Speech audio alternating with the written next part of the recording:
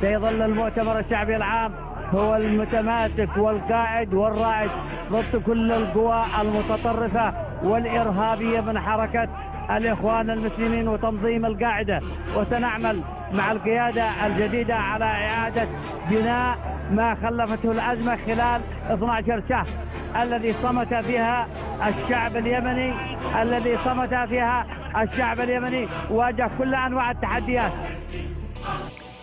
إذا كان هناك قد حصل قصور أثناء فترة ولايتي 33 سنة فأطلب المسامحة والاعتذار من كل المواطنين اليمنيين واليمنيات. إذا كان هناك قد حصل قصور أثناء فترة ولايتي 33 سنة فأطلب المسامحة والاعتذار من كل المواطنين اليمنيين واليمنيات.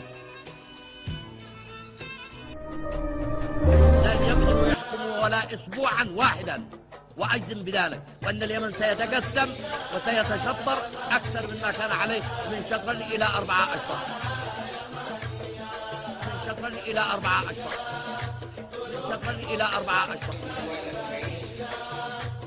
الذي طالب علي عبد الله الصالح يرحل على الرحمة والسعادة، سيرحل اليوم ولا غد ما في مشكلة، بس بطرق ديمقراطية.